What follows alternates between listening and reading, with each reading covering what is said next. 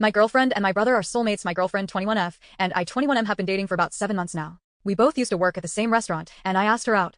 I've always felt like we were very different people, but that's what I liked about our relationship. I feel like I'm always learning something by being around her and try my best to indulge in her interests. 3 months ago, I introduced her to my family and they all seemed to like her, especially my brother. I didn't really think much of it and was happy to see them get along since I'm very close to my brother. But I've realized over time that they just fit way better with each other. They both have the same interests in movies, books, music, sports, foods, you name it. Although my girlfriend was hesitant at first about it, I encouraged her to go for things alone with my brother if it wasn't something I was really into, and they both had a great time. And I know just having the same hobbies sounds trivial, but it's also their personalities. They're both very free-spirited and adventurous, and I can't help but notice that they look so much happier with each other than with me. Sometimes I feel really out of place around them, as if I'm not supposed to be there. But I swear this is not out of jealousy. I just genuinely think they're better for each other. I love both of them, and if this is what makes them happy, then I'd rather they date each other and let me move out of their way. I'm not exactly sure how to execute this or talk about this with either of them though. How do I go about setting them up? Update. First of all, thank you to everyone who wrote nice, encouraging things and advice in my last post. I really appreciate it. I kinda got rid of this account after the post got too many views, but then randomly opened it yesterday to several messages about it being covered by Smosh. I'm a huge fan of them by the way, so this was very surprising. Anyway, I'll cut to the chase. After writing that post, I did a lot of introspection and self-reflection. I think a lot of people caught this, but I do indeed suffer from low self-esteem and struggle with low confidence. I didn't want to acknowledge it, but it did get in the way of my relationships often. I'm a brutally honest man, and that is exactly what I did. I was very honest about all of this to my girlfriend. I didn't tell her that I thought my brother and her were soulmates, but I told her that sometimes I feel like I can't directly connect with her because we're so different. And what she said really changed my perspective on our relationship. She said that she loves that I'm different and compliment her in a way that completes her.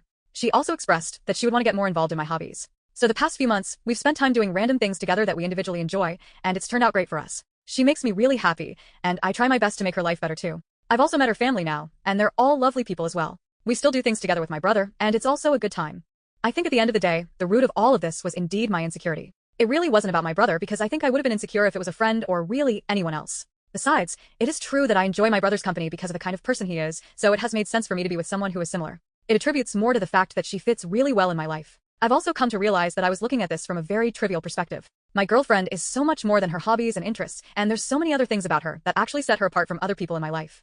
Ada for buying my girlfriend vanilla shampoo. My girlfriend uses a few different types of shampoo and alternates between them. One of them, a vanilla-scented one, is my favorite. She asked me to pick up some things for her at the store, and on my way to check out I saw the vanilla shampoo and grabbed that too. When I got back to her apartment, she started putting away the things I bought. She was confused by the shampoo, and asked me why I got it. I said that I saw it, and know she uses that kind and grabbed it for her. She said she wasn't running low on shampoo. I said I know, but it doesn't expire, and that one is my favorite. I teasingly said that she should use it if she's planning to wash her hair tonight. She asked what I meant by it being my favorite.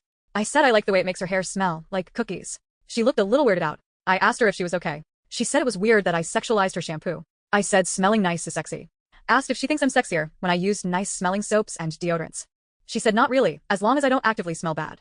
I said maybe it's different for everyone. She said honestly it bothered her that something as mundane as shampoo was sexual to me. She asked me if someone else smelled like vanilla would I be attracted to them? I said no, that she was misunderstanding me. She asked me to clarify, but I don't think I did a good job. I said I specifically like the smell on her, not other people. She still seemed put out, so I headed home to give her space. Was I an asshole for buying the shampoo and telling her I like when she uses it? To me that's not weird, but maybe that's because I'm a guy. Is there a layer to this I'm not seeing? Update. So, yesterday my girlfriend didn't like it that I took it upon myself to buy her vanilla shampoo when I was picking some things up for her at the store. We met up at her apartment again this morning for breakfast, and I asked if we could talk about our boundaries and expectations, because I never want to make her feel uncomfortable. She agreed that we should talk. She said that when she visited her family over winter break, she had time to think about our relationship and talk to her parents and sister about me. She said that space and perspective made her realize some things. The first thing she realized is that she isn't happy that we always meet at her apartment. I said I completely understand that, and she is welcome to come hang out at mine. When we first started dating, she didn't want to visit my apartment often because of my 4 roommates, but things change, and I get that. She still doesn't want to hang out at my apartment because of my 4 roommates though. She said that my living situation is too crowded, and it bothers her. I asked if she wanted me to move, and she said she would like it if I made a commitment to finding a new living situation by the next semester. Since the next semester is a long way off, this isn't unreasonable, but I was hesitant. I really like my living situation. My friends and I help each other out a lot. I don't necessarily want to live alone, and it is expensive. She can afford to live alone, but I don't necessarily think I could. I explained that I didn't think I could afford it. She suggested I ask my parents for money, which isn't an option. She also pointed out that I have a part-time job, but that doesn't make me enough money to pay for my own apartment. I asked if me spending too much time at her apartment is the only issue because I felt like there was more to the shampoo thing. She said yes, that she didn't like that. She said she didn't like the idea that I'm constantly thinking about having sex with her and that it made her feel disrespected. I said I'm not constantly thinking about having sex with her. I told her it's more that I really like her, and sometimes she does things and I think they're sexy, but that doesn't mean I necessarily want to have sex at that moment. It's just my internal monologue going that was sexy. That wasn't the right way to explain it. She didn't seem to understand where I was coming from. She asked me what was going through my head when I was at the store, and if I was thinking about having sex with her. I said I was thinking about the store, the items I needed to buy, inflation, etc., and then I saw the shampoo and I thought about how she uses it and it makes her hair smell amazing, and I bought it. She asked if I specifically thought about the way her hair smelled the last time we had sex, and I said yes, but it wasn't like I had a full sex fantasy in the store. It was a momentary thought. She said that isn't normal and I might have Tourette's or ADHD or OCD or some other condition that causes intrusive thoughts. I'm really glad I made the last post because I was worried about what she said, but then I remembered all the commentators that mentioned also feeling the same way about scents. I told her I posted about our conversation in an anonymous online forum, and several people feel the same way I do about smell. I said I think it is normal to feel that way about scents, but maybe it isn't ubiquitous. She said it isn't normal, and I might want to talk to a doctor about potentially having hypersexuality. Between her not liking my living situation and her not liking that I am attracted to her smell, I realized we just weren't compatible. I told her I thought maybe we had different needs for a relationship, and maybe would be better as friends. She said she was disappointed in me, but that she agreed. We hugged it out. I am a little bummed, but we were only dating for 4 months. Thanks for being my normalcy barometer, since I don't have one for relationships yet. Caught my husband 32M texting his ex 29F while I 30F was pregnant. What's the best way to move forward? I am usually good at trusting my instincts, but this one is playing with my head. Basically, my husband had told me that he was in friendly terms with his last and only ex-girlfriend. He said they chatted every now and then to wish each other happy birthday, and that was the extent of the conversation. However, a few days after our baby boy was born, I saw a notification from her on his phone, and I asked about it. He said he had sent her the pictures of our baby to her. I felt weirded out by this because I don't think I would send pictures of my newborn to my ex. My ex would be the last person I would send pictures of my newborn. I told him it made me uncomfortable that he was still talking to his ex and sending pics of our newborn, and asked him to stop talking to her. 4 months later, he wanted to show me a video on his Facebook account, and when he opened it on his computer, there was a conversation with his ex. I tried to read it, but he instantly snatched the computer from me and closed it. I asked him why he had such a reactive reaction, and if there wasn't anything bad, he would let me read it. He didn't let me read it, and we got into an argument about it, but in the end we moved on, although the doubt was still always on my mind.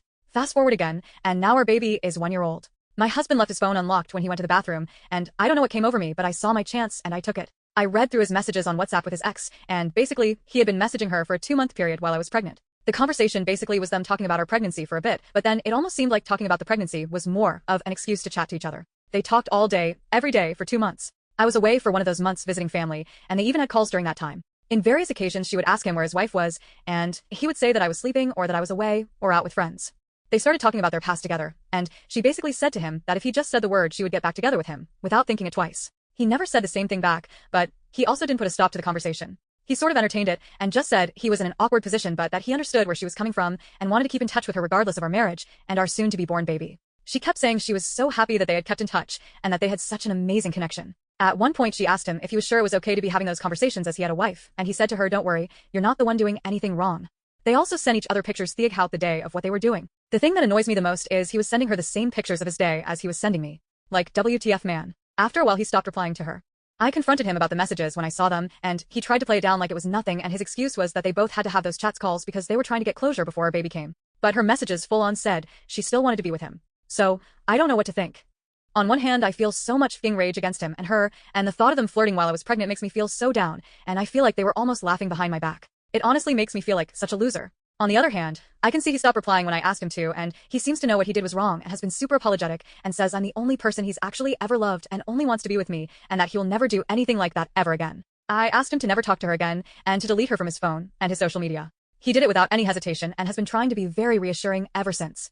I almost feel bad to keep bringing it up because he makes it seem like it was in the past and that he has no feelings at all towards her. He's also not happy I went through his phone, which is fair enough. My husband is a very gentle and easygoing person, kind of nerdy and quiet. I never thought he'd do something like this, which also makes me feel like maybe he really didn't have bad intentions. But at the same time, I have to believe the evidence and not make excuses for him. I want to be with him and continue our life as a family, but I feel like I can't fully trust him anymore.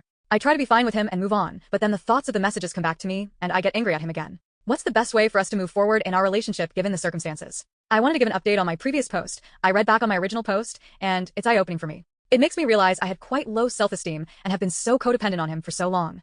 Basically, after I found out he had emotionally cheated on me, I separated from him from the anger and resentment. We separated for 2 months. He begged that we got back together, and at the time I couldn't stand the feeling of being alone, and the thought of our daughter growing up with a separated family made me feel awful. I got back together with him on the condition he had to go to therapy. This was around April 2025. However, as any relationship in a toxic cycle, he changed enough at the beginning to keep me happy until he got comfortable again, and no longer had to do the effort. He went to 3 therapy sessions and never went back with the excuse that the therapist he had was too far away from where we lived. To give you more context, the cheating wasn't the only thing wrong in our relationship. We fought constantly due to lack of communication skills on both our parts, and neither of us felt heard or understood. On my end, I felt like he had emotionally detached himself from me since my pregnancy, and his avoidant attachment throughout our relationship really affected me and left me feeling quite isolated. He was never emotionally or physically affectionate towards me, and his only way of showing he cared about me was that he contributed to the household chores. The rest of 2025 was a mix of us having small moments of reconnection that lasted 3 days maximum and then shifted into having huge arguments that would leave us broken for weeks. Plus, I always had his affair at the back of my mind and felt I couldn't trust him. However, in July 2025, I got a really great job, and my focus shifted to this job. I started feeling appreciated in my job and was surrounded by a whole team of dynamic people that made me want to be a better version of myself and rooted for me and praised me for my well-done job. I felt validated again and worthy. I guess my job saved my low self-esteem and gave me perspective of my self-worth. It also allowed me to compare my husband to the people I was working with, and personality-wise they felt way more aligned with me than my husband ever was. Also, my husband had previously always wanted to work at this company but was never successful. So when I got the job, it felt like he was happy for me at a very mediocre level. He would often try to find the bad in the company and talk badly about it instead of just being happy for me in this chapter of my life. This really put me off. But because I was so focused on my new job, I think I pushed aside all the negative feelings I had about my relationship and buried my intuition so that I could do well in this new role instead of being sidetracked by my relationship. I think at this point I was tired of constantly having my relationship problems overshadow anything good in my life. I also really badly wanted to gaslight myself into thinking everything was going to work out and I would have the perfect life I hoped to have if I just powered through the negatives. We were about to buy a house together and everything. However, in November 2025, we moved into his parents' house, as we had to leave our apartment as it was being sold by the landlord. I initially wanted to rent somewhere else in the meantime instead of moving in with his parents, but he made me feel really guilty for wanting to spend money on rent while we could live with his family until we bought a house. I felt like I had no choice and had no control over the situation, as he said he wouldn't contribute towards the rent if we rented a place. We fought a lot over this, and I felt I wasn't being heard, and it was so bad I started having panic attacks at work. At that point, I felt like my work was my happy escape, and I didn't want to go back home and spend time with my husband. However, because I was easily manipulated and wanted to avoid conflict, I agreed to staying with his parents. This was a blessing in disguise. A week into living at his parents' house, we were both stressed one day as our daughter was crying and nothing we could do would calm her. When I asked for him to help me instead of just watching me try everything, he replied with a fuck off and stormed into the kitchen where his mom was. I followed him to the kitchen to tell him to not talk to me like that. At that point, his mom got involved and defended him, and then it became a 2-against-1 circus. They both were saying what they truly thought of me, and it wasn't pretty. All the while my daughter was on my hip crying. If all the previous red flags weren't clear, this one really hit me in the face. I left that day, and have filed for divorce since. He's been trying to get back with me ever since, but at this point the horrible feeling of isolation and dread from the divorce feel 1000x better than being with him. In a way, I'm relieved and so excited to start connecting with myself again and living a life without the overshadowing that my relationship issues casted over my life. However, I'm also really sad, as I'm grieving the family life I wished I had and the life partner I thought he would be. I definitely focused on his potential rather than seeing him for who he was. Hopefully in another year's time I can come back with a positive update of how my life has panned out post-divorce, but as of now I just have to get through each moment a day at a time. AITA, if I cancel hubby's birthday plans and leave the house leaving hubby to host his family for my birthday, I only have 4 days to make a decision. I have been going back and forth trying to decide if I should cancel my husband's birthday reservations I made for him at this really cool indoor golf place followed by reservations for dinner. He's always commented on wanting to try both, and I thought it would make a nice gift. His birthday is only a few days after mine. For Christmas, he legit took the time to buy and wrap me a box of diapers for our daughter in the next size up and presented it to me as my gift. I'm still angry about that. No, gag gifts for Christmas has never been a thing between us. Last year he got me a spatula, and I thought this year he would do better after the falling out we had over the spatula. A little bit of background info. Our daughter is now 2 months old, and we have been working on replacing the floor and painting our home since before she was born, with the goal of having it done before she can crawl. Over the summer, he did the nursery floor, and in the fall, a week before she was born, he did the flooring in our older son's room. Mind you, the flooring was given to us for free from my dad, and my dad bought my husband his own miter saw for Christmas to get the job done, so we would no longer have to borrow his. I do all the painting. This past week, as we have been clearing things out of our bedroom for me to do the painting and him the flooring, he brought up my birthday. He said, "Wow, all this work for your birthday gift." I said, "Excuse me, what gift?" He said, "All the work of putting the flooring in our bedroom, but don't worry, I'll still do a dinner for you, and we can invite your mom and my family. What do you want me to cook?" I said I would like to just have a quiet birthday dinner. You, me, and the kids at Longhorn Steakhouse come home and watch a movie together. Also, the flooring is not my gift. This is something we've been planning now for a year. And with the house torn up, I don't want to host anyone in our home, especially after having hosted for Thanksgiving and Christmas. Besides, we don't even have a place for people to sit. We have all the bedroom furniture and our clothing in the living room. I'm currently sleeping on the mattress on the floor in here. Plus, I'm not a fan of your brother coming over, so you two can sit and just drink beer all evening while I watch R and his kids. He said, "No, I'm going to cook at home, just tell me what you want me to cook." I said, "Okay, I want to do steak, mashed potatoes, and green beans." But there is a problem here. He can't make mashed potatoes to save his life and only likes green beans if they're boiled. I like fresh green beans slowly sautéed with olive oil, garlic, and herbs. So, if I want it cooked this way, I will have to do it. He said, "No, we're not doing steak, it will cost too much if the family comes over. I'll just do a chicken." I lost it. I said again, "For my birthday. I do not want people over." He kept arguing the issue, and I said, "Fine, do what you want for my birthday." Side note. Last year, he ordered the traditional tres leches cake, but he ordered it with peaches. I hate peaches, he likes peaches. I like strawberries. Plus, my name was spelled wrong on the birthday cake. He thought it was hilarious. I am now seriously considering canceling his B-Day golf outing and dinner reservations, leaving home if he invites his family for my birthday, buying him a box of diaper wipes, and presenting it with a card that says, "Happy birthday. I painted the house for you." Would I be the asshole? About 2 weeks after Christmas last year, when I had time to relax, I asked him for a genuine answer about the spatula as a gift and what the hell he was thinking. He said that he was at the store and saw that it was blue, the type of blue I like, and then he thought of me and thought that it would match the utensil holder and our blue microwave that I found in the store one day and geeked over. He said he thought I would like it because of the pretty blue color. That's about as deep as the thought went. He said that he never thought the gift would be sexist, or imply that I had to do more cooking for him. To make up for the spatula though, he did go out and buy me the KitchenAid stand-up mixer I had my eye on for over 2 years. I was really happy about it. Until he said, "So, when are you going to make me some homemade bead?"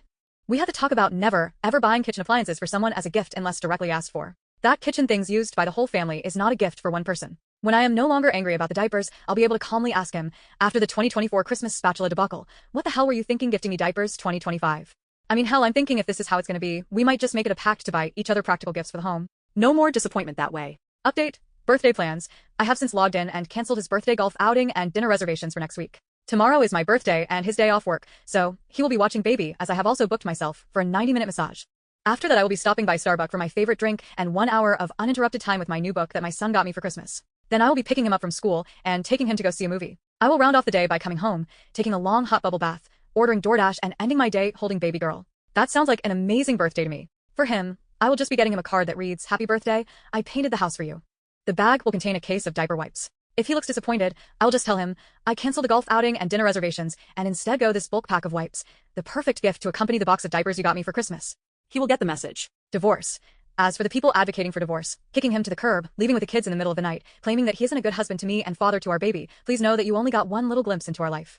He is a loving and caring father to our children. We struggled with infertility for a very long time, so this baby was a surprise but a welcomed blessing. Every day I prayed to not miscarry and even feared death during labor as my pregnancy was high risk. He took a month off of work to care for me as I recovered from 3-degree tearing and a bruised tailbone. Every night, he does the nighttime routine. Bath, pajamas, story time, and rocks baby girl to sleep. While he does that, I do the house reset, dishes, garbage, sweep. He wakes with me for all her feedings and prioritizes my sleep over his to make sure that I am rested enough to care for our daughter during the day. This is the same man who, during pregnancy, cooked me breakfast every morning and massaged my feet every night. Before he leaves for work every day, he will make sure I have time to self-care before handing me the baby. Then he will make sure I am happy on the couch with baby girl and anything I could need before he leaves: blanket, remote, water cup, my phone charger, a clean binky and bottle for baby. As soon as he gets home from work, he will take her and give me 30 minutes to myself before we start talking dinner plans. We make a good team when it comes to daily life. I don't have to make him lists of things to do. I like that when we're low on milk, he will just pick it up on his way home without having to be asked, and he doesn't wait for a thank you like he did me some big favor the way I have seen other men seek gratitude for doing basic tasks. He sucks at gift giving and this year and last year, so yes, I will be doing nothing for him for his birthday. Despite the shitty thoughtless gift and non-birthday plans, I will be holding off on kicking him out and just matching his energy for his birthday. For Christmas 2026, I think I will get him an IKEA toddler bed to assemble for our daughter and call it a day. Birthday update. Yesterday was my birthday. Hubby surprised me with breakfast out at my favorite local spot, and we did a Home Depot run for more flooring. After that, I did go for my massage. It was wonderful, and I did stop at Starbucks for my free birthday drink. I didn't have time to sit and read before I had to pick my boy from school, but that's okay. Instead of going to see a movie at the theater, we came home and began a Harry Potter movie marathon. I love Harry Potter. However, my son, without my knowing, had texted my dad and my best friend to come over and surprise me with a visit. He didn't know that I'd already had my best friend and her niece scheduled to come over to look through a pile of clothes before I took a large haul to donate at the Salvation Army. It was so much fun watching her niece try on dresses. We wrapped up the night with some pizza and cheesy bread. Hubby surprised me with a little gift: 2 new books, a pack of my favorite cookies, and a squishy niffler that I can add to my Harry Potter bookshelf. Overall, I had a great day. Ada, my fiancé, is demanding I stop making home-cooked meals for a friend. I, 27M, am very passionate about cooking. I'm not a professional chef by any means, but it's one of my favorite hobbies. I love the act of creating food, but sharing it is what's really special to me, whether it's something I've made or a nice meal at a restaurant.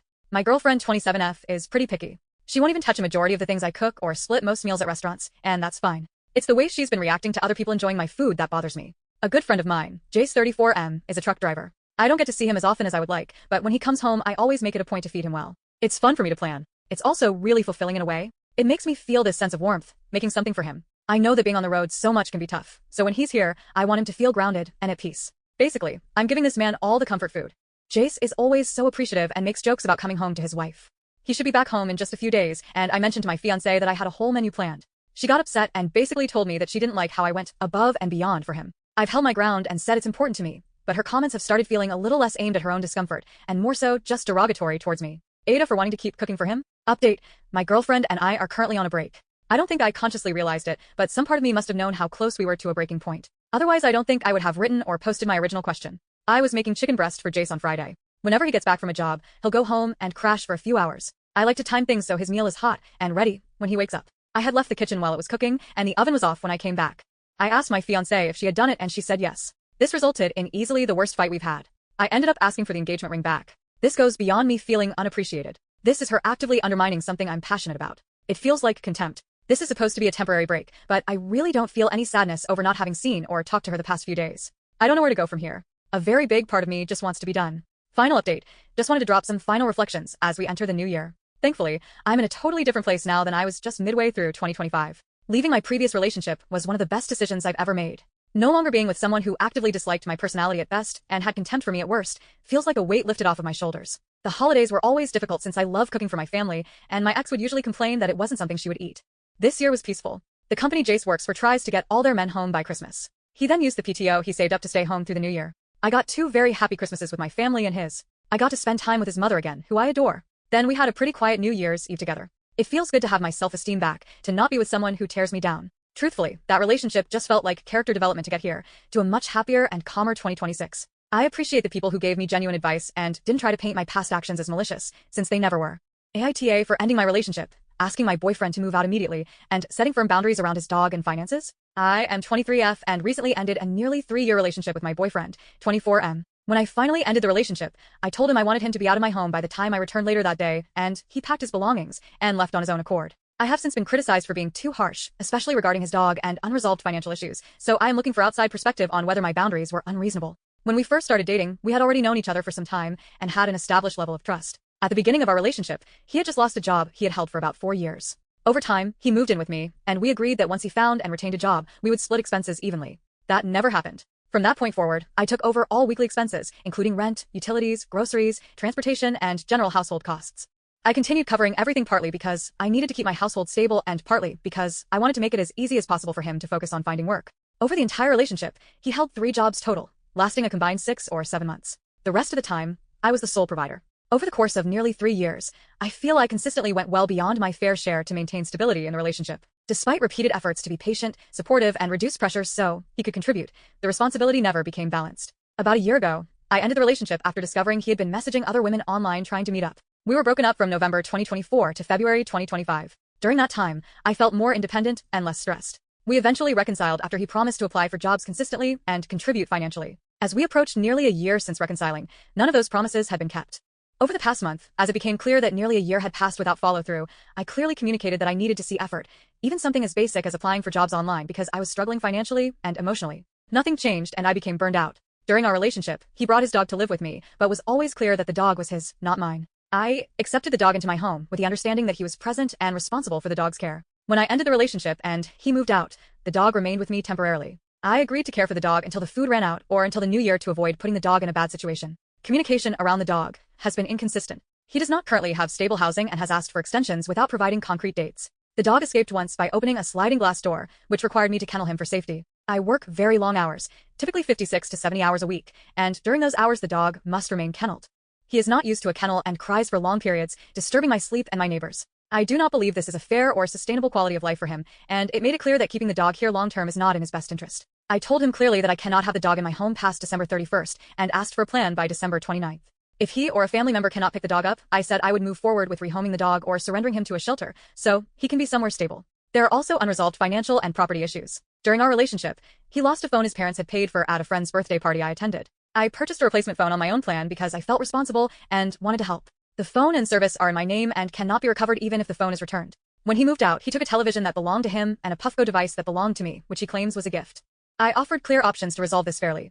Either return the Puffco and television if I continue paying for the phone and service, or pay the remaining phone balance of $524.97 and take over the account so it is no longer in my name. I asked for a response so we could close this out, but I have not received one. There is also an unpaid ticket he received while driving a car in my name, which remains on my record. That car was later repossessed because it was the only bill I could delay without immediate consequences in order to keep my housing and utilities current. At this point, I feel that I set clear boundaries based on my capacity, finances, and responsibility to my household.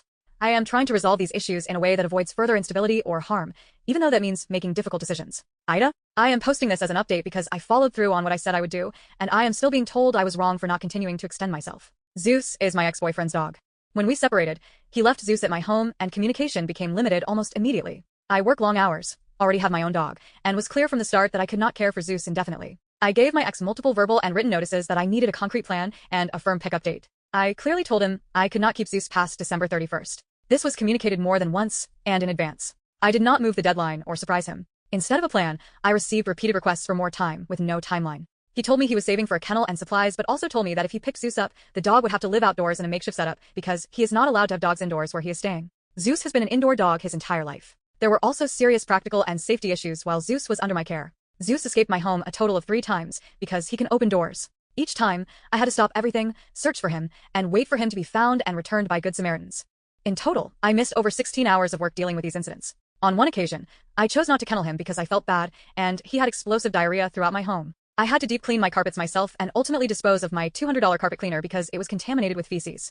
This was not a minor inconvenience. It caused financial loss, health concerns, and additional stress on top of an already overwhelming situation. Zeus also has an untreated yeast infection in his ears that was identified months ago while my ex was still living with me. Initial drops were tried and did not resolve the issue. After that, no further veterinary care was pursued. I was not financially or logistically able to take over medical care for a dog that is not mine, especially while working 56 to 70-hour weeks. I gave my ex a final deadline and told him clearly that if I did not receive a concrete plan by that date, I would move forward with surrendering Zeus so he could receive proper care and be placed somewhere stable. He did not respond by the deadline. I followed through and surrendered Zeus to the Humane Society, which is a no-kill facility, so he could receive medical care, supervision, and a stable path forward. I informed my ex afterward. I did not abandon the dog or leave him unsafe. I took him somewhere equipped to handle his needs. Only after this did my ex respond angrily, saying he just needed more time and accusing me of being unreasonable. At that point, the decision had already been made after weeks of warnings, deadlines, and escalating issues. This was not done out of spite. It was done because continuing to wait with no plan, repeated escapes, property damage, untreated medical issues, and an unsafe proposed living situation was not fair to the dog or to me. So, AITA for following through on a boundary I clearly communicated and enforcing it when nothing changed.